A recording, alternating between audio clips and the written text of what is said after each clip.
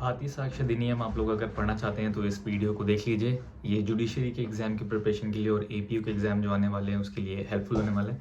इसमें मैं बिना देखे सारे 1 से लेके 170 सेक्शन जो भारतीय साक्ष्य अधिनियम में पूछे जाते हैं उनके बारे में बात करने वाला हूँ।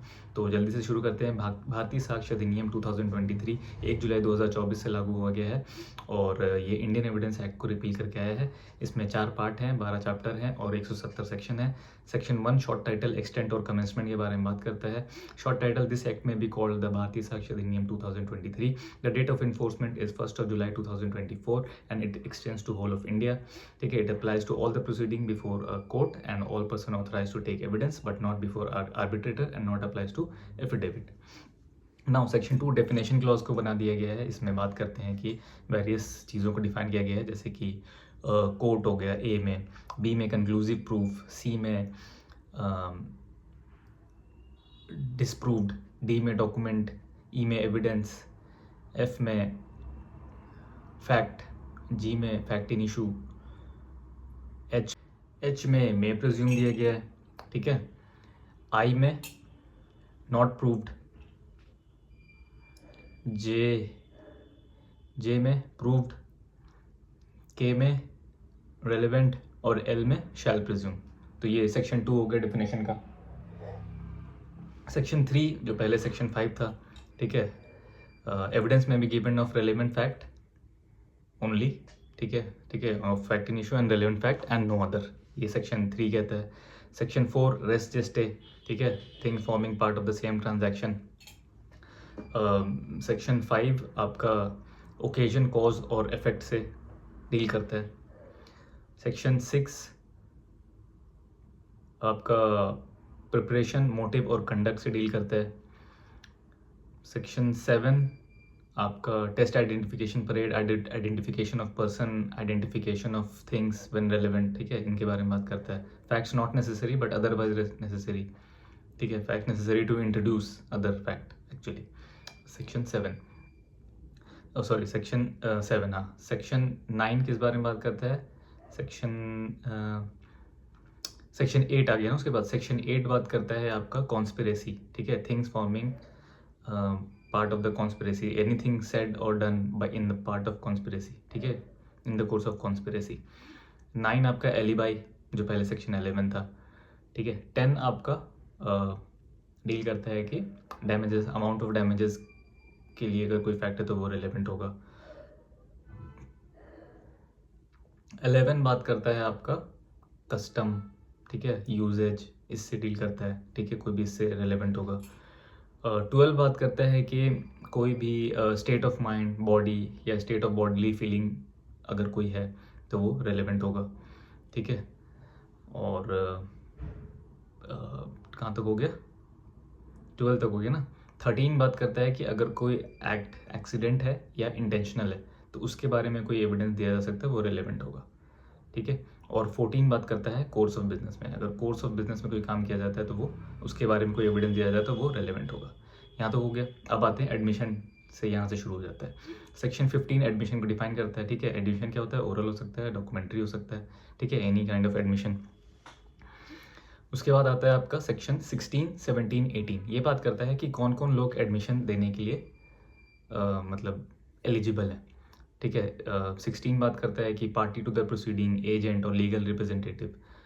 17 बात करता है कि a person whose position must be proved, ठीक है। इसमें जो इलस्ट्रेशन है कि ए को बी से रेंट कलेक्ट करना होता है, सॉरी, ए बोलता है बी को कि रेंट कलेक्ट करो सी से, बी रेंट नहीं कलेक्ट करता है तो ए बी को सू कर देता है कि मुझे रेंट दो, तो सी का स्टेटमेंट कि हाँ मुझे रेंट देना था तो वो रेलेवेंट हो जाएगा, सी का स्टेटमेंट। उसी तरह अगर सेक्शन 18 ये कहता है कि अगर स्पेसिफिकली किसी पर्सन को रिफर कर दिया गया है कि go and ask him, and the person जो भी वो कहता है वो रेलेवेंट हो जाता है, ये सेक्शन 18 कहता है। जैसे बी ए के पास आता है कि क्या ये हॉर्स साउंड है, तो ए बोलता है गो आस्क सी, तो सी जो बोलेगा वो रेलेवेंट हो जाएगा, ये एडमिशन ए के अगेंस्ट भी रेलेवेंट हो जाएगा, ठीक है। 19 बोलता है कि कौन कौन से स्टेटमेंट एडमिशन होते हैं, तो हमें ये पता है कि सेल्फ सर्विंग स्टेटमेंट एडमिशन नहीं होते हैं, लेकिन self harming, self inflicting statements relevant होते हैं। लेकिन इसमें कुछ कुछ सेक्शंस, कुछ कुछ ऐसे केसेस भी दिए हुए हैं जब सेल्फ सर्विंग स्टेटमेंट को भी एडमिशन माना जाएगा। इसको आप देख लीजिएगा, मैं बस यहाँ सेक्शन को डिस्कस करने आया। सेक्शन 20 बोलता है कि oral admission as to content of document नहीं दिया जा सकता है, सिर्फ इसलिए दे सकता है जब genuinity of the document is self in question है, तो उसका ओरल एविडेंस दिया जा सकता है। ठीक है, अब हम आ जाते हैं सेक्शन 21। ये कहता है कि एडमिशन इन सिविल केसेस, अगर हमने सिविल केस में कोई एडमिशन किया है और हमने कंडीशन लगा दी है कि इस एडमिशन को कहीं और यूज़ नहीं किया जा सकता है, तो वो एडमिशन, ठीक है, रेलिवेंट नहीं होगा, उसको यूज़ नहीं किया जा सकता है। अब आते हैं सेक्शन 22 में। ये बात करता है कि अगर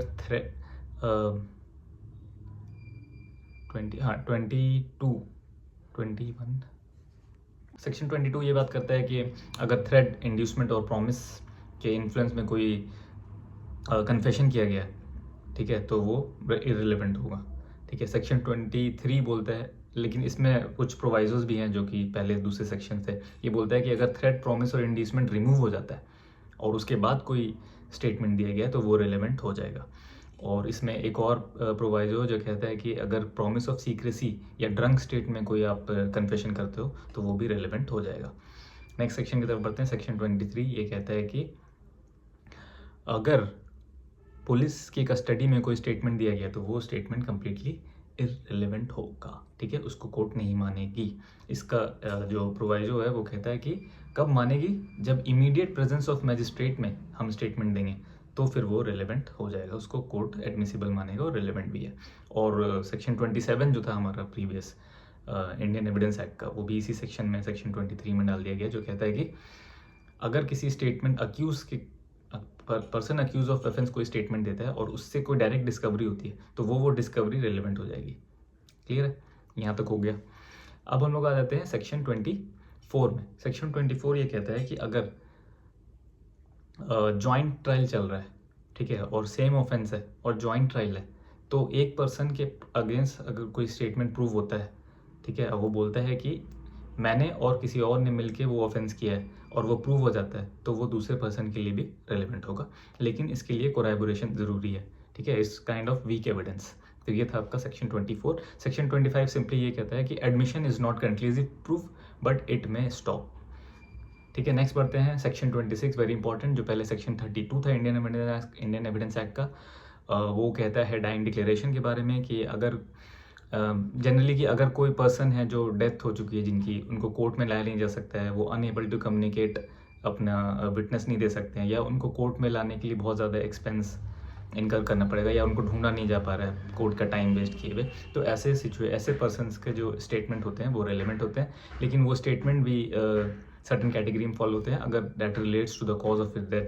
ठीक है, वो डेथ कैसे हुआ, ठीक है, या अगर कोई वो लाइबिलिटी इनकर कर रहा है, या फिर कोर्स ऑफ बिजनेस में उसने कुछ ऐसी बातें बोली हैं, या फिर किसी रिलेशनशिप के बारे में, किसी बिल के बारे में बात करिए, या ओपिनियन ऑफ पर्सनस के बारे में बात करिए, तो वो तभी वो रेलिवेंट होगा, अदरवाइज रेलिवेंट नहीं होगा। सेक्शन 26 को आप अच्छे से पढ़ लेंगे, वेरी इंपॉर्टेंट। सेक्शन 27 इसी का पार्ट है। ये कहता है कि इस सेम प्रीवियस जैसे केसेस में जो पर्सन डेथ हो गए हैं, या फिर वो उनको खोजा नहीं जा सकता है, उनको कोर्ट में लाया नहीं जा सकता है, बहुत ज़्यादा एक्सपेंस होगा, तो उनके जो स्टेटमेंट्स होते हैं वो रिलेवेंट होते हैं कब, जब उसी को सब्सिक्वेंट प्रोसीडिंग में, उसी ट्रायल में, उसी केस में सब्सिक्वेंट प्रोसीडिंग में उस स्टेटमेंट को यूज़ करना है, उनके जो उन्होंने एडमिट किया है, कोर्ट में कन्फेशन किया है, ठीक है, या फिर किसी अदर जैसे कि अपील वगैरह में उनके स्टेटमेंट को यूज़ करना है, तो वो रिलेवेंट हो जाएगा अगर वो पर्सन उन कैटेगरी में फॉलो होते हैं, डेथ हो गया है, या उनको खोजा नहीं जा सकता है, या वो बहुत मुश्किल से मिलेंगे, या बहुत ज़्यादा पैसा लगेगा कोर्ट को उनको बुलाने में। तो ये हो गया हमारा सेक्शन 26 और 27। अब आगे बढ़ते हैं। ठीक है, ये बात करता है कि कौन कौन से के लिए प्रूफ करने की ज़रूरत नहीं है, कौन कौन सी चीज़ों को प्रूफ करने के लिए ज़रूरत नहीं है। तो ये सेक्शन 28 कहता है कि बुक्स ऑफ अकाउंट्स अगर रेगुलर कोर्स ऑफ बिजनेस में अगर मेंटेन की गई है तो उसको वो रेलिवेंट है, उसको प्रूफ करने के लिए कोई एविडेंस देने की ज़रूरत नहीं है, वो अपने आप में एक एविडेंस है। ठीक है, उसके बाद आता है कि अगर कोई पब्लिक रिकॉर्ड है officially maintain by a public servant, तो उसको कोर्ट में एडमिसिबल है, उसको आप दे सकते हैं बिल्कुल। ठीक है, वो रेलिवेंट होगा और वो माना जाएगा कि सही है। उसके बाद आता है आपका मैप्स, प्लान्स, चार्ट्स जो कि स्टेट गवर्नमेंट या सेंट्रल गवर्नमेंट द्वारा ऑथराइज है, वो भी कोर्ट से ही मानेगी, उसके बारे में कोई प्रूफ देने की ज़रूरत नहीं है। ठीक है, रेलिवेंट होगा। उसके बाद आता है कि अगर कोई पब्लिक नोटिफिकेशन है, कोई एक्ट है, पब्लिकेशन है, ठीक है, इंडिया के गवर्नमेंट का, तो उसको भी कोर्ट से ही मानेगी। नेक्स्ट आता है कि अगर कोई लॉ बुक्स है जो कि पब्लिश बाय सेंट्रल गवर्नमेंट और स्टेट गवर्नमेंट है, तो वो भी कोर्ट उसके लिए कोई एविडेंस नहीं मानेगी, वो भी कोर्ट मानेगी कि सही है, अनलेस कि इसको रिवर्ट ना कर दिया जाए। ये कहाँ तक हो गया ना? 28, 29, 30, 31, 32 और लास्ट में आया था हमारा 33 कि अगर कोई बहुत बड़ा डॉक्यूमेंट है, रिकॉर्ड है या बहुत सारा कम्युनिकेशन, तो उसका जो रेलेवेंट पोर्शन होता है उसको ही हम बस कोर्ट में प्रोड्यूस कर दें। ठीक है, पार्ट ऑफ द कम्युनिकेशन आप पढ़ लीजिएगा सेक्शन 33, तो वो रेलेवेंट हो जाता है, उसको आप प्रोड्यूस कर सकते हैं। अब आ जाता है एक्सपर्ट। ठीक है, ठीक है, 39 वहाँ तक हो गया, 33। अब आ जाता है 34। नहीं एक्सपर्ट नहीं, सॉरी, जजमेंट्स। प्रीवियस जजमेंट कब रेलेवेंट होता है? देखिए मैं बिना देखे कर रहा हूँ, अभी तक मैंने एक भी कॉपी, नोट्स कहीं कोई कॉपी नहीं है। ठीक है, इसलिए गलती भी हो सकती है, आप कमेंट में बताइएगा कि कहाँ पे मैं गलत हुआ हूँ। प्रीवियस जजमेंट व्हेन रेलेवेंट, वैसे तो प्रीवियसली कोई जजमेंट होता है वो रेलेवेंट नहीं होता, लेकिन कुछ केसेस दिए हुए भारतीय साक्ष्य अधिनियम में जब प्रीवियस जजमेंट भी रेलेवेंट हो जाता है। जैसे सेक्शन 40 ऑफ भारतीय साक्ष्य अधिनियम ये कहता है कि अगर कोई ऐसा प्रीवियस जजमेंट है, कोई जजमेंट है जो कि बार करता है इंस्टीट्यूशन ऑफ सूट को, ठीक है, फाइल होने से, तो वो जजमेंट रेलेवेंट हो जाएगा। आप इसको रेस जुडिकाटा से कंपेयर कर सकते हो, CPC 1908। यस। नेक्स्ट हमारा आता है सेक्शन 41 जो कि बात करता है कि इंसॉल्वेंसी, मैट्रिमोनियल, प्रोबेट और एडमिरल्टी से रिलेटेड कोई जजमेंट है जो कि जजमेंट इन रेम कहलाता है। ठीक है, सेक्शन 35। तो ये भी जो है कंक्लूसिव प्रूफ होता है। पहली तो ये बात, दो ही जगह इंडियन एविडेंस एक्ट में कंक्लूसिव प्रूफ है, सेक्शन 31 एंड सेक्शन 116, जो कि बात करता है birth of child during marriage. ठीक है, तो ये कंक्लूसिव प्रूफ होता है, against the world at large होता है, तो ये रेलेवेंट होता है। नेक्स्ट सेक्शन 36 ये कहता है कि अगर कोई पब्लिक नेचर इंक्वायरी से रिलेटेड कोई जजमेंट है, ठीक है, right of way, right of passage हो गया, ठीक है, और उसके बारे में कोई जजमेंट दिया हुआ है, तब भी वो रेलेवेंट हो जाता है, उसको आप कोर्ट में प्रोड्यूस कर सकते हो कि भाई मेरा राइट ऑफ पैसेज इस रास्ते में से था, इस पर कोई जजमेंट भी आ चुका है, तो मुझे ये राइट टू पैसेज मिलना चाहिए। नेक्स्ट 37, हाँ, ये कहता है कि भाई किसी भी तरह के जजमेंट जो है रेलेवेंट नहीं होंगे, लेकिन अगर वो judgment itself in fact in issue है कि जजमेंट सही है या गलत है, तो वो रेलेवेंट हो जाएगा। ये कहता है कि सेक्शन 34, 35 और 36 के अलावा कोई भी जजमेंट रेलेवेंट नहीं होगा अनलेस कि जो इटसेल्फ इन क्वेश्चन है, अगर जो जजमेंट है इटसेल्फ इफेक्ट इन इशू है, तब वो रेलेवेंट होगा। और लास्टली हमारा सेक्शन कौन सा है,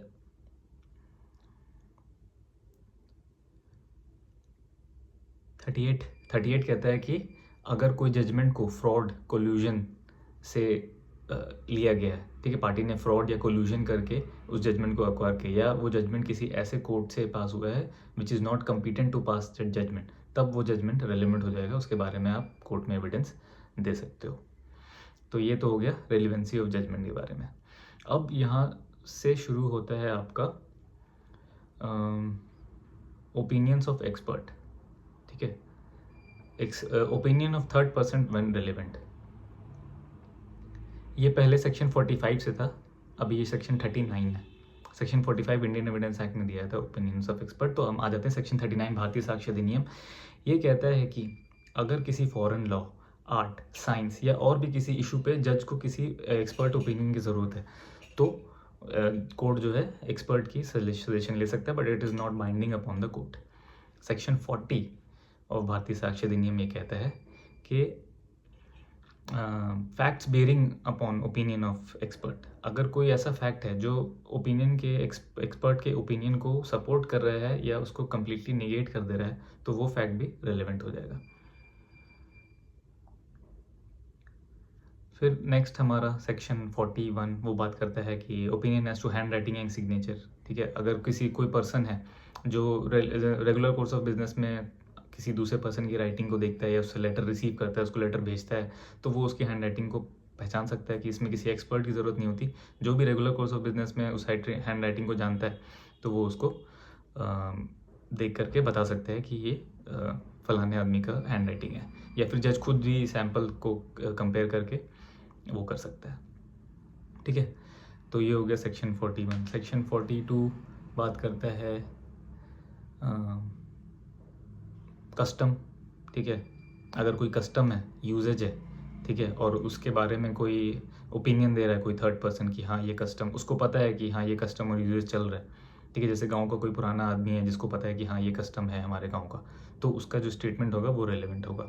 कोई यूजेज है, टेनेंट है, जैसे किसी बिजनेस में हम लोग पर्टिकुलर एरिया में किसी बिजनेस में कोई ऐसा यूजेज चलता है कि इस तरह से पेमेंट होती है जनरली।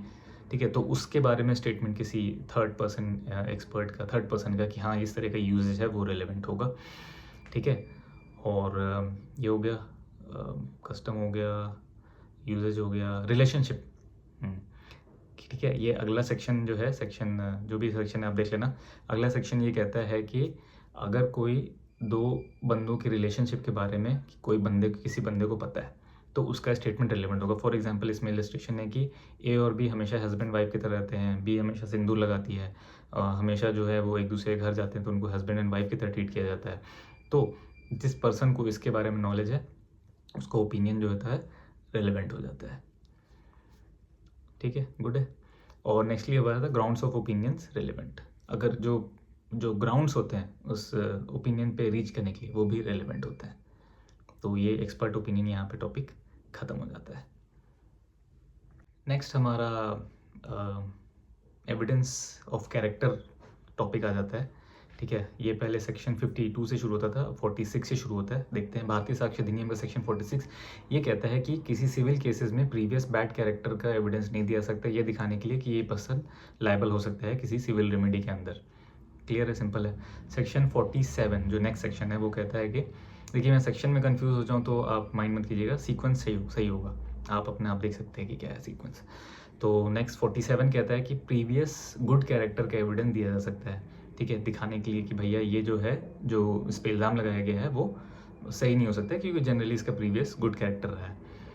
सेक्शन 48 ये कहता है कि किसी ऐसे केसेस में जहां ऑफेंसेस अगेंस्ट वुमेन्स हुए हैं बीएनएस के अंदर 64, 65, 66, तो उसमें previous sexual experience, previous sexual character, previous sexual activity of that victim of the complainant के बारे में कोई एविडेंस नहीं दिया जा सकता, इट्स नॉट रेलेवेंट। क्लियर है, इट डज नॉट डिपेंड ना आप पहले कितने बार आप सेक्सुअली एक्टिव थे, लेकिन जब आपके साथ ऑफेंस हुआ then you were not giving consent to that act, तो आप उसके बारे में एविडेंस नहीं दे सकते हो। प्रीवियस बैड कैरेक्टर का एविडेंस दिया जा सकता है कब, जब वो रिप्लाई में हो। अगर किसी पार्टी ने प्रीवियस गुड कैरेक्टर का कोई अपना मैंने मान लो एविडेंस दिया, तो मेरे बारे में प्रीवियस बैड रिप्लाई का एविडेंस दिया जा सकता है। ठीक है, ये कौन सा सेक्शन था जो भी था, अब लास्ट सेक्शन ये सेक्शन 49 था। सेक्शन 50 ये बात करता है कि अमाउंट ऑफ डैमेजेस को असरटेन करने के लिए एविडेंस ऑफ कैरेक्टर दिया जा सकता है कि जैसे कि मेरी कैरेक्टर समाज में मेरी कितनी ज़्यादा है, जितनी ज़्यादा होगी उतनी ज़्यादा मुझे डैमेजेस मिलेंगे। तो ये सेक्शन 50 यहाँ बात करता है।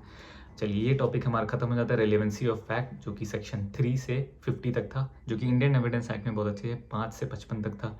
ठीक है, सेक्शन 50 तक हमारा रेलेवेंसी ऑफ फैक्ट चैप्टर 2 खत्म हो जाता है। अब हो जाता है ऑन प्रूफ चैप्टर शुरू। इसका पहला सेक्शन ही ये कहता है कि किन किन चीज़ के बारे में प्रूफ नहीं दे सकते हैं। Fact judicially noticeable, section 51 judicially noticeable fact का प्रूफ देने की ज़रूरत नहीं है, जज नोटिस कर लेगा। 9 बजे 9 PM में रात होती है, ये सबको पता है, जज इसके लिए एविडेंस नहीं देना पड़ेगा। ठीक है, बारिश होती है तो ज़मीन भीग जाती है, इसके बारे में एविडेंस देने की ज़रूरत नहीं है, जज को पता है। ठीक है, इसके अलावा जो सेक्शन 52 है उसमें दिया हुआ है कि किन किन चीज़ों का जो है कोर्ट जज जो है जुडिशियल नोटिस लेगा, वो पूरी एक लिस्ट है, आप देख लेना। फॉरेन सील्स, सर्टिफाइड कॉपीज़, ये वो जो भी है।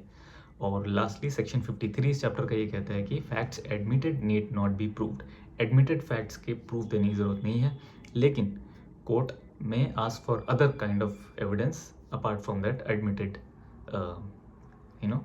Position of the party. ये कोर्ट का डिस्क्रिप्शन है, लेकिन इसके बाद जनरली एडमिटेड फैक्ट की प्रूफ देने की ज़रूरत नहीं है। तो ये सेक्शन 53 यहाँ पे ख़त्म हो गया। आगे बढ़ते हैं सेक्शन 54 जो कि बात करता है ओरल एविडेंस के बारे में। सेक्शन 54 कहता है कि oral evidence as to content of document नहीं दिया जा सकता है। ठीक है, और इसके बाद उसके अलावा सब चीज़ का दिया जा सकता है, ठीक है। कंटेंट्स और डॉक्यूमेंट के लिए ओरल एविडेंस नहीं दिया जा सकता है, उसके अलावा बाकी चीज़ों के बारे में ओरल एविडेंस दिया जा सकता है। ठीक है, ये सेक्शन 54 और 55 कहता है कि oral evidence must be direct. ये बहुत इंपॉर्टेंट है। आपने कोई चीज़ देखी तो आप ही उसका जाके एविडेंस दोगे, आपने कोई चीज़ सुनी तो आप ही बताओगे कि हाँ मैंने ये सुना, आपने कोई चीज़ फील की तो आप ही बताओगे कि मैंने ये फील किया, कोई दूसरा पर्सन आके नहीं बता सकता है, ठीक है। क्लियर है, इसमें 2 ही सेक्शन थे, क्लियर है, यहाँ ख़त्म हो गया। 54 हो गया, 55 हो गया, 56 में आ जाते हैं। ये बात करता है डॉक्यूमेंट्री एविडेंस के बारे में। क्या कहता है? Proof of contents of document. Proof of contents of the document जो होता है वो प्राइमरी एविडेंस से और सेकेंडरी एविडेंस से दिया जा सकता है। अब फिर सेक्शन 56 हो गया, 57 बात करते हैं प्राइमरी एविडेंस क्या होता है। प्राइमरी एविडेंस वही होता है जो डॉक्यूमेंट इटसेल्फ और या फिर मैकेनिकल प्रोसेस से जो बनता है। उसके बाद 56 बात करता है सेकेंडरी एविडेंस के बारे में, कब कब कौन कौन सी चीज़ें सेकेंडरी एविडेंस होती हैं, आप देख लीजिएगा, मुझे सेक्शन से मतलब है। 57 बात करता है कि प्रूफ ऑफ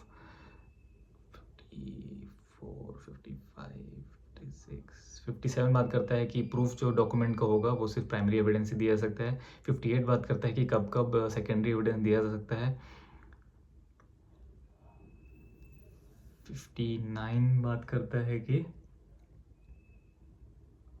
ये सेक्शन में कंफ्यूज हो रहा हूँ, आप देख लीजिएगा, सेकेंडरी एविडेंस से ही दिया जा सकता है, ठीक है। सेकेंडरी एविडेंस से भी दिया जा सकता है, कब कब दिया जा सकता है वो देख लीजिएगा आप। और सेक्शन 60 बात करता है इलेक्ट्रॉनिक, नहीं, मुझे लगता है कि कुछ सेक्शंस में सिंपल है। देखिए सेक्शन 51, 52, 53, 54, 56 से शुरू कर, 56, 57, 58, 59, 60, ये एक चंक है, ठीक है। इसको हम लोग देखते हैं। 56 कहता है कि proof of contents of the document primary evidence दिया जाएगा। प्राइमरी एविडेंस क्या होता है? 57 में दिया हुआ है। सेकेंडरी एविडेंस का क्या होता है? 58 में दिया हुआ है। 59 में दिया हुआ है कि प्राइमरी एविडेंस ही प्रूफ करेंगे। 60 में बोलता है कि सेकेंडरी एविडेंस कब दे सकते हैं। 61 कहता है कि इलेक्ट्रॉनिक रिकॉर्ड, जो भी सारे सेक्शन है ये सब इलेक्ट्रॉनिक रिकॉर्ड पे भी अप्लाई होंगे। 62 कहता है कि इलेक्ट्रॉनिक रिकॉर्ड से ही रिलेटेड है ये 61 में जो भी दिया हुआ है। 63 भारतीय साक्ष्य अधिनियम में जो सर्टिफिकेट हम लोग देते हैं, ठीक है। सेक्शन 65B जो था पहले इंडियन एविडेंस एक्ट में, वो अब 63 हो गया, जो हम सर्टिफिकेट देते हैं कि हाँ ये जो डिवाइस है या भी स्टोरेज डिवाइस है, कंप्यूटर है, ये हमारे पोजीशन में था, कंटिन्यूसली सही काम कर रहा था, ठीक है। तो 63 हो गया। 64 बात करता है कि आप सेकेंडरी एविडेंस दे सकते हो कब? जब आपने नोटिस दिया है अदर पार्टी को कंप्लाई करने के लिए, अदर या फिर नोटिस देने से आप एग्जेम्प्ट हो गए हो तो आप सेकेंडरी एविडेंस दे सकते हो, ठीक है। 64 तक यहाँ तक कंप्लीट हो गया। अब आगे बढ़ते हैं हमारे नेक्स्ट टॉपिक की तरफ। अगर कोई ऐसा डॉक्यूमेंट है, सेक्शन 65 कहता है कि अगर कोई document required by law to be attested है तो उसका प्रूफ कैसे देंगे। ये कहता है कि कोई भी एक अटेस्टिंग विटनेस आकर के बोल दे कि हाँ ये मैंने देखा है, मैंने अटेस्ट किया है, तो वो रेलिवेंट हो जाएगा, वो मान लेगा कोर्ट।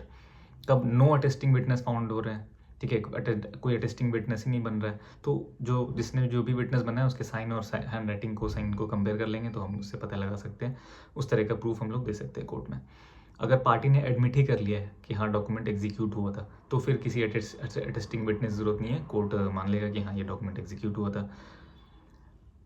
अगर विटनेस डिनाई कर देता है एग्जीक्यूशन को, ठीक है, कि मैंने तो किया ही नहीं है, तो फिर वही हैंड राइटिंग सिग्नेचर को कंपेयर करके कर लेंगे। और लास्टली अगर कोई डॉक्यूमेंट है सेक्शन 70, ठीक है, सेक्शन 71 आई गेस, तो उसमें है कि भाई अगर document not required by law to be attested है तो उसको ऐसे मानेंगे, ठीक है, कि उसको एज अ नॉर्मल डॉक्यूमेंट की तरह उसको प्रूव करेंगे, ठीक है। जैसे प्राइमरी एविडेंस से प्रूव करेंगे या फिर उसका सेकेंडरी एविडेंस अगर दिया जा सकता है तो उसको सेकेंडरी एविडेंस से प्रूव करेंगे। 72 बात करता है कि भाई जज के पास पावर है कि वो कंपेयर कर सकता है हैंड राइटिंग और सिग्नेचर आसपास में देख करके, तो वो बता सकता है कि हाँ ये डॉक्यूमेंट किसने साइन किया या किसने नहीं किया। 72 हो गया।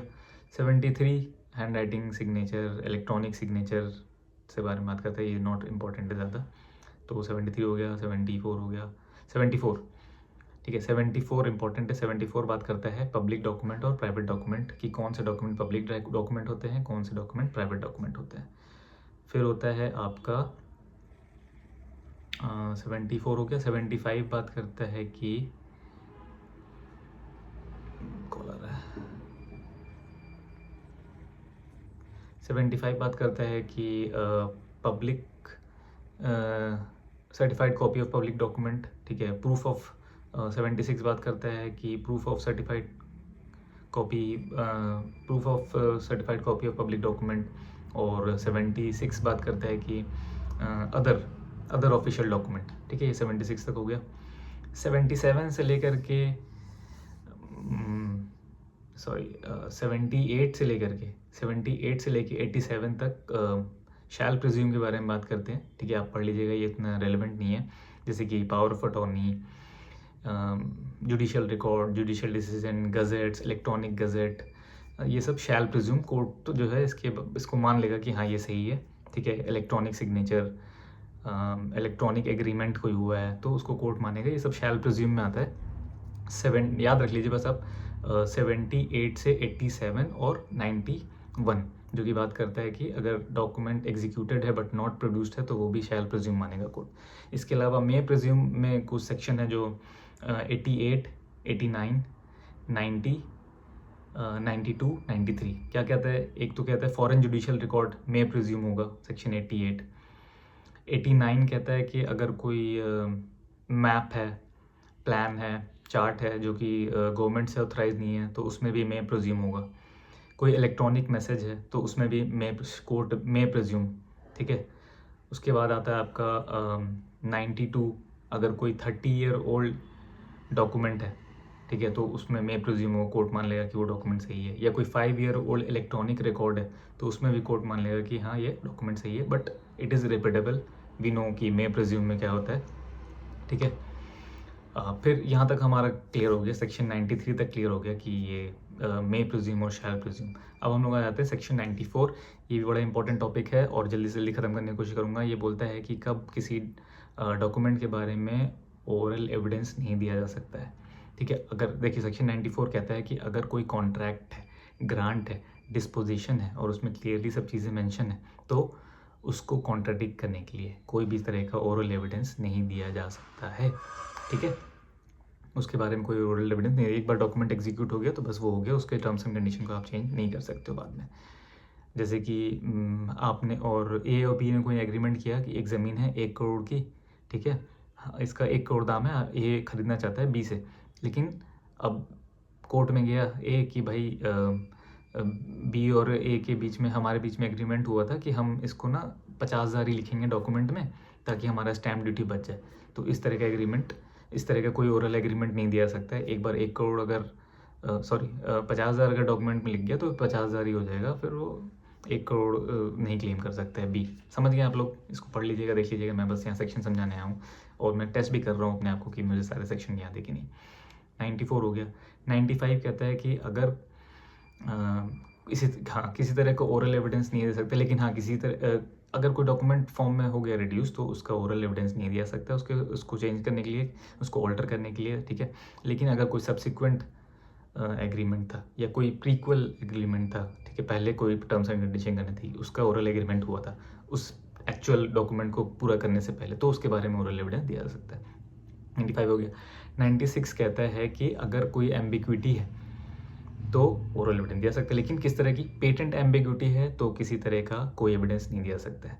कोर्ट बोलेगी कि भाई आपने ऐसा डॉक्यूमेंट पे साइन ही क्यों किया, ठीक है। I want to sell my house for 50,000 and 1 lakh, ये मैंने डॉक्यूमेंट में लिख दिया, तो ये फिर बाद में ओरल एविडेंस नहीं दे सकता कि भाई 50,000 था या 1 लाख था, तो एम्बिग्विटी। लेकिन अगर कोई लेटेंट एम्बिग्विटी है तो उसके बारे में ओरल एविडेंस दिया सकता है।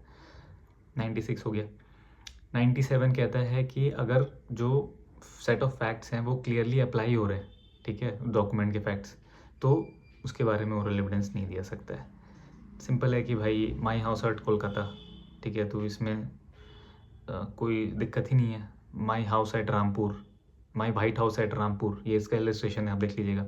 माई white house at Rampur of 300 bighas, कोई दिक्कत नहीं है, कोई ओरल एविडेंस नहीं दे सकता है। लेकिन अगर उसका 96 हो गया। 97 ये कहता है अनमीनिंग इन रेफरेंस है, नेक्स्ट सेक्शन है जो भी देख लीजिएगा। अनमीनिंग इन रेफरेंस है, जैसे कि माई हाउस एट कोलकाता, मैंने डॉक्यूमेंट में लिख दिया I want to sell my house at Kolkata, but बाद में पता चला कि मेरा तो कोलकाता में घर नहीं है, हावड़ा में है, तो मैं इसके बारे में एविडेंस दे सकता हूँ कि नहीं, मैं अपने कोलकाता के घर के बारे में नहीं, जो मेरा हावड़ा में घर है, क्योंकि कोलकाता में तो घर है ही नहीं, हावड़ा में जो घर है उसके बारे में बात कर रहा था। ये हो गया। नेक्स्ट सेक्शन आ जाता है कि अगर वन ऑफ सेवरल पर्सन पे कोई फैक्ट अप्लाई हो रहा है, जैसे ए बी को व्हाइट हॉर्स बेचना चाहता है, लेकिन अब ए के पास 2 व्हाइट हॉर्स हैं, तो एविडेंस दिया जा सकता है कि वो कौन से वाले व्हाइट हॉर्स के बारे में, हॉर्स व्हाइट हॉर्स सफ़ेद घोड़े के बारे में बात कर रहा है, तो उसके बारे में ओरल एविडेंस दिया सकता है। या फिर अगला सेक्शन वो कहता है कि भाई अगर 2 सेट्स ऑफ फैक्ट्स पे अप्लाई हो रहा है, my house at X in possession of B, my house at X in possession of B, लेकिन जब ये मैंने डॉक्यूमेंट में लिख दिया, लेकिन इसको अब जब डॉक्यूमेंट एग्जीक्यूट करने के बारे में बताया तो इस पता चला कि मेरा एक हाउस एट एक्स तो है लेकिन बी के पोजीशन में नहीं है, और एक जगह मेरा हाउस बी के पोजीशन पे है लेकिन वो एक्स जगह पे नहीं है, तो इसके बारे में एविडेंस दिया जा सकता है कि मैं कौन से वाले घर के बारे में बात कर रहा था। समझ गए आप लोग? सेक्शन को पढ़ लेना, देख लेना, सीक्वेंस में बता रहा हूँ, सीक्वेंस बिल्कुल सही है, मैं याद कर लूँगा इसको।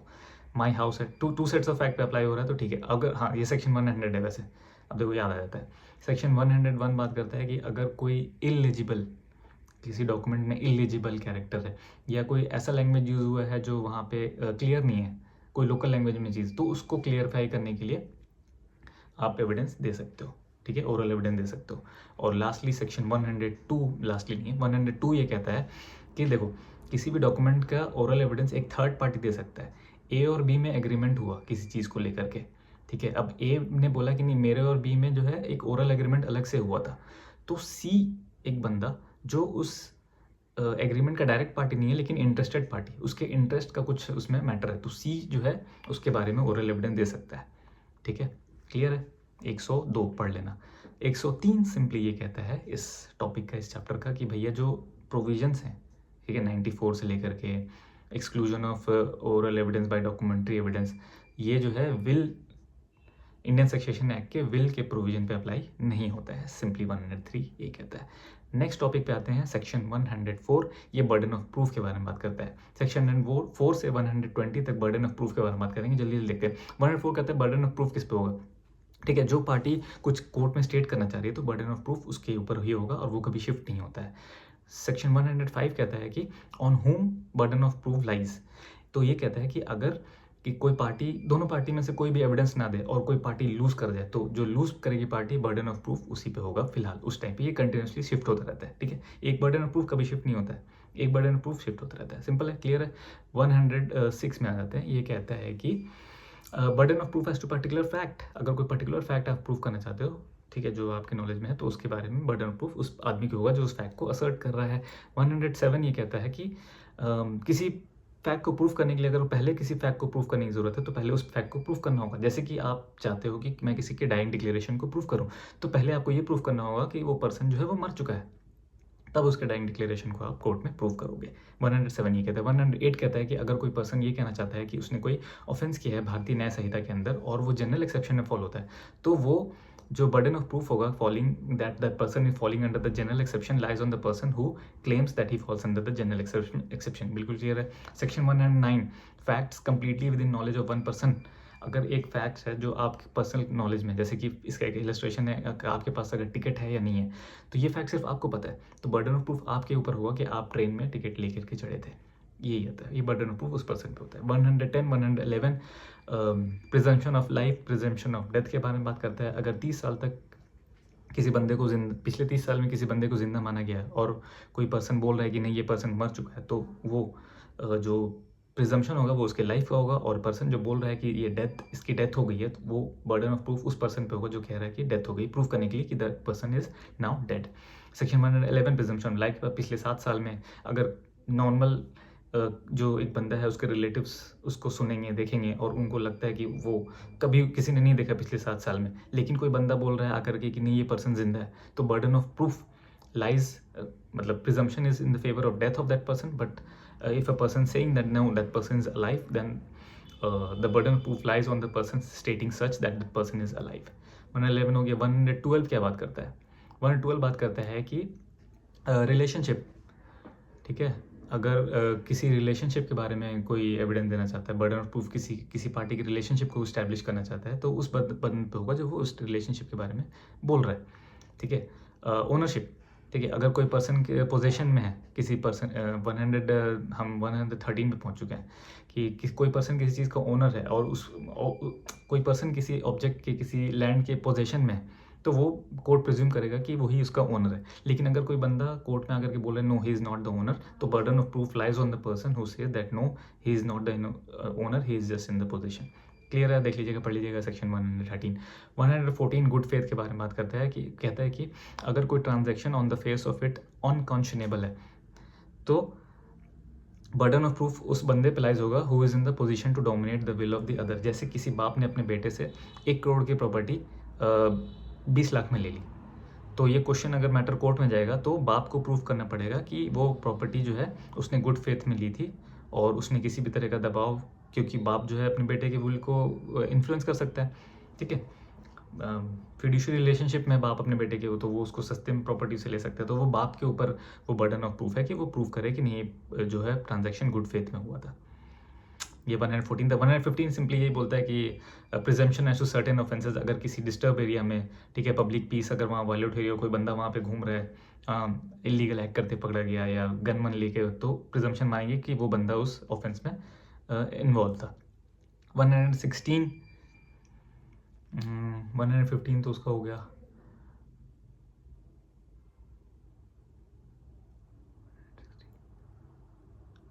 116 नहीं याद आ रहा। कोर्स ऑफ बिजनेस, हाँ नहीं कोर्स ऑफ बिजनेस तो 19 है शायद। कम ऑन, याद आ जा। हाँ यार, ये कैसे बोल सकता हूँ। कंक्लूसिव प्रूफ, ये कहता है birth of child during marriage is a conclusive proof. Court किसी भी तरह का एविडेंस अब आप ले देने नहीं देगा कि ये चाइल्ड आपका नहीं है। अगर किसी वैलिड मैरिज में कोई भी बच्चा पैदा होता है, अगर अगले दिन भी जस्ट पैदा हुआ है शादी के, या शादी टूटने के 280 दिन के अंदर तक कोई भी बच्चा पैदा होता है, तो कोर्ट प्रिज्यूम करेगा, उसके बारे में कोई आप एविडेंस नहीं दे सकते कि बच्चा जो है हस्बैंड का ही है। इसमें बस एक एक्सेप्शन है कि अगर आप प्रूव कर दो कि आपके पास एक्सेस नहीं था अपनी वाइफ का जब वो बच्चा कंसीव हो सकता है, ये इसके बारे में एविडेंस दे सकते हैं। अदरवाइज चाइल्ड कभी भी मैरिज के अगले दिन पैदा हो जाए या फिर मैरिज टूटने के 280 दिन के अंदर कभी भी बच्चा पैदा हो जाए, प्रिजम्पशन इज़ दैट कि बच्चे के पापा आप ही हो, कुछ नहीं कर सकते, आपको सारी प्रॉपर्टी का हिस्सा देना पड़ेगा उसको।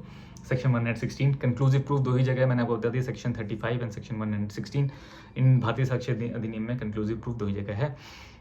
नेक्स्ट बात करते हैं सेक्शन 117। अगर कोई सुसाइड होती है किसी महिला की with in 7 years of marriage, तो कोर्ट प्रिज्यूम करेगा कि जो अबेटमेंट ऑफ सुसाइड किया है हस्बैंड और उसकी फैमिली ने।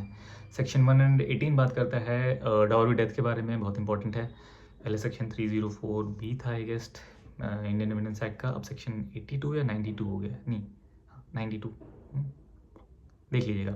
खैर, तो भैया अगर डेथ से जस्ट पहले, शादी 7 साल के मैरिज के अंदर डेथ से जस्ट पहले अगर क्रूरल्टी हुई है और डाउरी की डिमांड हुई है, अगर वो वाइफ मरती है, तो प्रिजम्पशन मानेंगे कोर्ट की भैया ये शैल का प्रिजम्पशन है, शैल प्रिज्यूम है, कोर्ट मानेगी 100%। कोर्ट मान लेगी कि भैया हस्बैंड और उसकी फैमिली ने डाउरी डेथ कॉज किया है। 119 कोर्स ऑफ बिजनेस, अगर कोर्स ऑफ बिजनेस में कोई काम हुआ है तो वो कोर्ट मान लेगी कि हाँ ये काम हो गया। जैसे आपने कोई लेटर पोस्ट किया तो वो मान लेगी कि लेटर उसको पहुंच गया। सेक्शन 120 ये बहुत इंपॉर्टेंट है, इसमें भी शैल प्रिज्यूम है। ये बोलता है कि किसी भी जो फीमेल प्रोसिक्यूटिव्स है और रेप के ऑफेंसेस के कंप्लेंट लगा रही है किसी भी, तो अगर वो कोर्ट में ये प्रूव कर देती है कि हाँ कि सेक्सुअल एक्ट हुआ था, तो वो कोर्ट में अगर बोल देगी कि हाँ मेरी कंसेंट नहीं थी, तो कोर्ट मान लेगी कि हाँ की कंसेंट नहीं थी, चाहे कि कंसेंट हो या ना हो। यहाँ पे शैल का प्रिजम्पशन होता है। हाँ, अनलेस वो प्रूव करना पड़ेगा कि सेक्सुअल एक्ट जो हुआ था इंटरकोर्स, जो भी रेप के लिए ऑफेंसेस में होता है, वो एक्ट हो गया था, तो कंसेंट अगर वो बोल दे प्रोसिक्यूटिव कंप्लेनेंट की कंसेंट नहीं था, तो कोर्ट मान लेगी कंसेंट नहीं था। 120 तक फिनिश हो गया। नेक्स्ट चैप्टर स्टॉपल, सेक्शन 121 ये बात करता है स्टॉपल कि अगर किसी आपके किसी रिप्रेजेंटेशन पे किसी आदमी ने अपना पोजीशन चेंज किया, ठीक है, अपने नुकसान के लिए, तो बाद में आप ये नहीं आके बोल सकते कि नहीं मैंने तो वो ऐसे ही कह दिया था। अब मैं जैसे फॉर एग्जांपल ए ने बोला बी को कि मेरी प्रॉपर्टी खरीद लो, बी ने बोला हाँ ठीक है मैं तुम्हारी प्रॉपर्टी खरीद लूँगा, उसने अर्नेस्ट मनी दे दी, लेकिन जब उसने अर्नेस्ट मनी ली ए ने, तो ए की प्रॉपर्टी ए की आई नहीं थी, ए के पिताजी की थी। लेकिन अब पिताजी ए के डेथ हो गए, प्रॉपर्टी ए के पास आ गई, तो अब ए नहीं बोल सकता बी को कि अरे जब मैंने एग्रीमेंट किया था तो प्रॉपर्टी मेरी थी ही नहीं, तो अब मैं ये प्रॉपर्टी आपको नहीं बेचूंगा। नहीं, आपके पास प्रॉपर्टी आ गई है पिता के डेथ के बाद, तो आपको प्रॉपर्टी बी को देनी पड़ेगी। You are stop from denying. Next आता है सेक्शन 122। ये बात करता है कि once a tenant always a tenant. Tenant और लैंडलॉर्ड के रिलेशन में एक बार टेनेंट स्टैब्लिश हो गया तो वो स्टॉप हो जाएगा डिनाइंग लैंडलॉर्ड की ओनरशिप के लिए। इसी तरह लाइसेंसर लाइसेंसी का सेक्शन 123 ये बात करता है कि एक बार लाइसेंसर लाइसेंसी हो गया तो रिलेशनशिप हटेगा, कभी हटेगा नहीं, हमेशा इस्टेब्लिश रहेगा। 121, 122, 123, 124 हु में testify. Any person can testify. ठीक है, कोई भी आदमी कोर्ट में जाके टेस्टिफाई कर सकता है, लेकिन अगर वो बहुत ही ज़्यादा टेंडर एज का है, बहुत ही ज़्यादा ओल्ड एज का है, बहुत ही ज़्यादा मेंटली फिजिकली है कि वो कोर्ट में सवाल को समझ नहीं सकता, उसका जवाब नहीं दे सकता, तो वो एविडेंस नहीं दे सकता। बाकी हर कोई एविडेंस दे सकता है। सेक्शन 125, ठीक है, पर्सन अनएबल टू कम्युनिकेट, उसका विटनेस कहता होगा, इसको डम विटनेस बोला जाता है। ठीक है, जो बोल नहीं सकता तो वो साइन लैंग्वेज में जा करके दे देगा, और एक उसका वीडियोग्राफी हो जाएगी, और एक जो स्पेशल एजुकेटर भी हो उसके सामने होगा, जो उसको साइन लैंग्वेज को समझ करके कोर्ट को बता दे कि ये क्या बोलना चाह रहा है, और इसको ओरल एविडेंस ट्रीट करते हैं। ठीक है, 124, 125 हो गया। 126 हु में टेस्टिफाई, हस्बैंड वाइफ। ठीक है, हस्बैंड और वाइफ जो है कॉम्पिटेंट विटनेस होते हैं। ठीक है, उनको भी किसी भी पार्टी के हस्बैंड और वाइफ कॉम्पिटेंट विटनेस होते हैं। 126 जनरली ये कहता है। 127 कहता है कि जजेस और मजिस्ट्रेट को किसी कोर्ट में बुलाया नहीं जा सकता एविडेंस देने के लिए, लेकिन हाँ, अगर कोई उनके एक्ट के लिए अगर कोई सुपीरियर कोर्ट उनको ऑर्डर करे कि आप कोर्ट में आकर के अपनी टेस्टिमनी दो, तो उसको किया जा सकता है। या फिर उनके सामने ही कोई ऑफेंस हुआ है, जैसे कोर्ट में जैसा बैठे बैठे उनके सामने ही किसी ने किसी का मर्डर कर दिया, तो फिर उनको एज अ विटनेस बुलाया जा सकता है कोर्ट में। 128 ये कहता है कि कम्युनिकेशन ड्यूरिंग मैरिज, हस्बैंड और वाइफ के बीच में कोई भी कम्युनिकेशन हो गया मैरिज के बीच में, मैरिज के दौरान, तो उसको किसी पार्टी को, हस्बैंड या वाइफ को कंपेल नहीं किया जा सकता है कि आप आकर के क्या बोला गया था उसके बारे में एविडेंस, ना कंपेल किया जा सकता है ना एडमिसिबल है। और शादी के बाद भी, शादी के बाद मान लीजिए शादी ख़त्म हो गई, तब भी कोई अगर कोई केस हुआ है तो उसमें भी वो जो कम्युनिकेशन शादी के दौरान हुई थी उसके बारे में कोई एविडेंस नहीं दे सकता है। लेकिन अगर हस्बैंड और वाइफ के बीच में खुद ही कोई मैटर है, सिविल या क्रिमिनल, तो फिर हस्बैंड और वाइफ वो स्टेटमेंट को यूज़ कर सकते हैं। 128 हो गया। 129 ये बात करता है कि अफेयर्स ऑफ स्टेट, ठीक है, affairs of state, unpublished affairs of state के बारे में कोई भी एविडेंस नहीं दे सकता है। 129 ऑफिशियल कम्युनिकेशन, अगर कोई दो पर्सन जो ऑफिशियल कम्युनिकेशन में कोई सीक्रेसी के दौरान ऑफिशियली कोई कम्युनिकेट किया तो उसके बारे में एविडेंस नहीं दे सकता है। ठीक है, information as to offence, next section 130 I guess, ये कहता है कि अगर किसी पुलिस के पास या मजिस्ट्रेट के पास कोई कंप्लेन आई है तो उससे नहीं पूछा सकता है आपके पास कहाँ से है। हो सकता है किसी खबर ही नहीं दिया, कोई जो मोल हो, तो उसकी जो जेपरडाइज हो जाएगी ना, उसकी आइडेंटिटी, उसकी सेफ्टी, तो यहाँ पे है। उसके बाद आता है प्रोफेशनल कम्युनिकेशन। ठीक है, किसी लॉयर और क्लाइंट के बीच में कोई कम्युनिकेशन हुई है तो वो प्रोफेशनल कम्युनिकेशन होगा, इसके बारे में एविडेंस नहीं दिया सकता है। देख लीजिएगा आप ये कुछ सेक्शन। उसके बाद आता है आपका कि अगर मान लीजिए कि क्लाइंट ने वेव कर दिया, ठीक है, क्लाइंट ने वेव कर दिया, तब पर भी आप उसके बारे में कोई एविडेंस नहीं दे सकते हो। और ये सेम अप्लाई होता है लीगल एडवाइज़र पे। ठीक है, सेक्शन 134 है आई गेस। ठीक है, लीगल एडवाइज़र पे भी अप्लाई होता है कि लीगल एडवाइज़र के सामने आपने कुछ अपना, जैसे कि कोई अक्यूज़ है वो बताएगा ना पूरे जज को, वकील को अपने कि मैंने इस तरह से मर्डर किया ताकि उसको सही से डिफेंस मिले, तो ये इस तरह से आप देख लीजिएगा। सेक्शन 134 है। सेक्शन 135 कहता है कि टाइटल डीड, ठीक है, किसी विटनेस का है तो उसको कैसे बुलाया जा सकता है, उससे क्या सवाल पूछे जा सकते हैं। 135 हो गया। 136 कहता है कि कोई भी इलेक्ट्रॉनिक रिकॉर्ड या डॉक्यूमेंट है जो किसी को प्रोड्यूस करना और वो प्रोड्यूस नहीं कर सकता है, नहीं करना चाहता है, तो फिर उसमें क्या स्टेप उठाएंगे। ठीक है, 136। 137 कहता है कि 137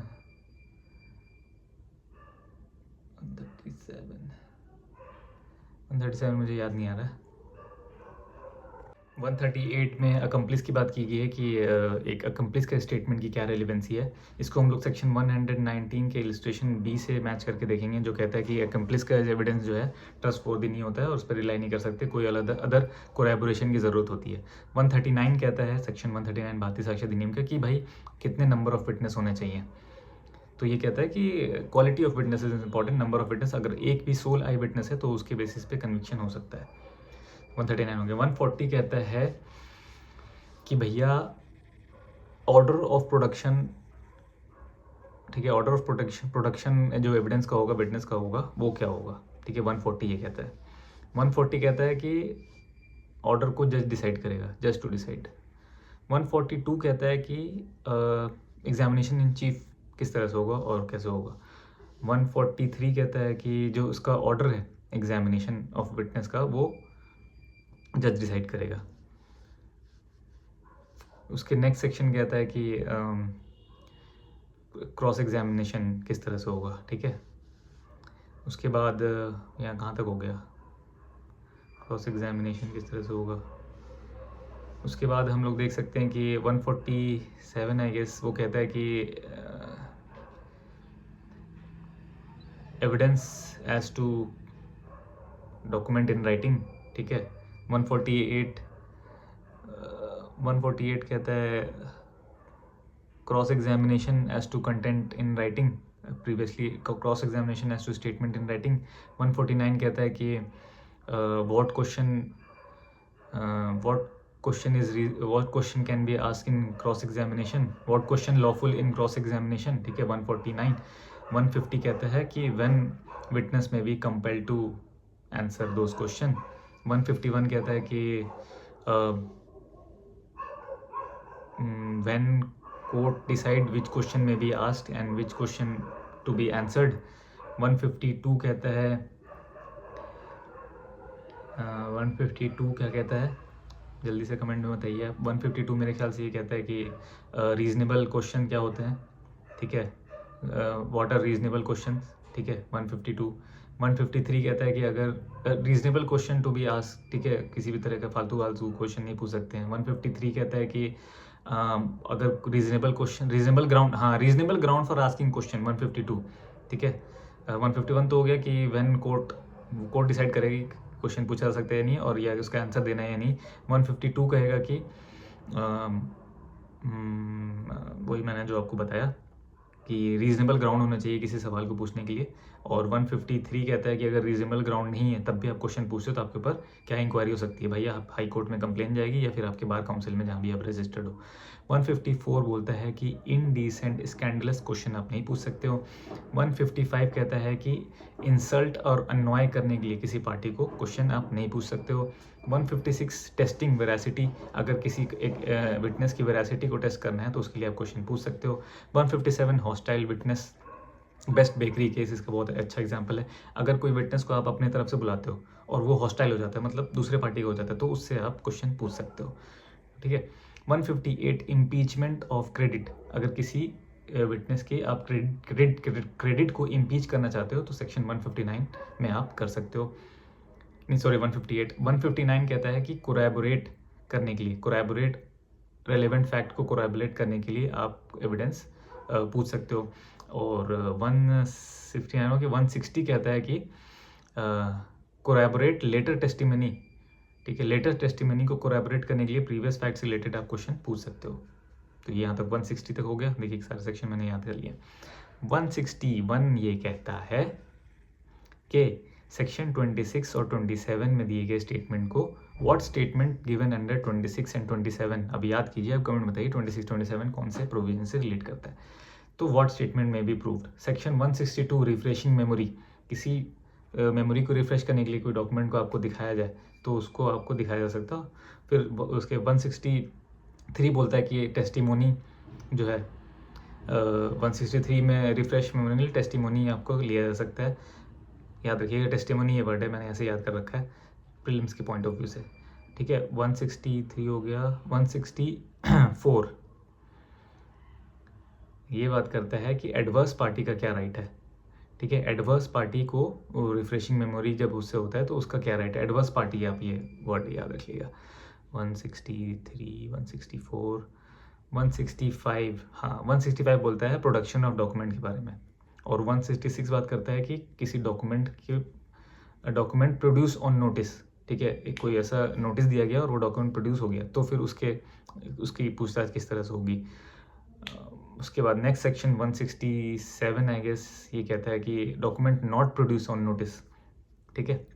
अब लास्ट के 3 सेक्शन में थे। 168 ये कहता है कि कोर्ट के पास पावर है, जज के पास power to ask any question, to call any witness, to do anything for the interest of justice. Section 69 कहता है कि अगर किसी भी तरह का एविडेंस का मिसकैलकुलेशन हो गया, गलत सीक्वेंस में हो गया, कुछ गलती हो गई, तो कोई नया ट्रायल नहीं होगा उसके लिए, उसको वहीं पे जज के पास, कोर्ट के पास पावर है कि उसको वहाँ पे ठीक कर दिया जाए। और lastly section 170 of Bharatiya Sakshya अधिनियम कहता है रिपील के बारे में, कि पुराना जो भारतीय साक्ष्य अधिनियम है वो रिपील हो चुका है, जो कि प्रीवियस सेक्शन 2 था इंडियन एविडेंस एक्ट का। आई होप कि इस वीडियो में आपके सारे सेक्शन का मैंने जवाब दे दिया है। सिर्फ मे प्रिज्यूम वाले, शैल प्रिज्यूम वाले सेक्शन को आप देख लीजिएगा, वो ज़्यादा इंपॉर्टेंट नहीं है, लेकिन वो भी मैंने बता दिया था। तो मुझे तो सारे सेक्शन याद हैं, आप भी याद कर सकते हैं बिल्कुल 2-3 दिनों में। If you like the video, if you actually learn something, like the video, share करो, सब्सक्राइब करो, कमेंट करके बताओ मेरे क्वेश्चन को। Thank you.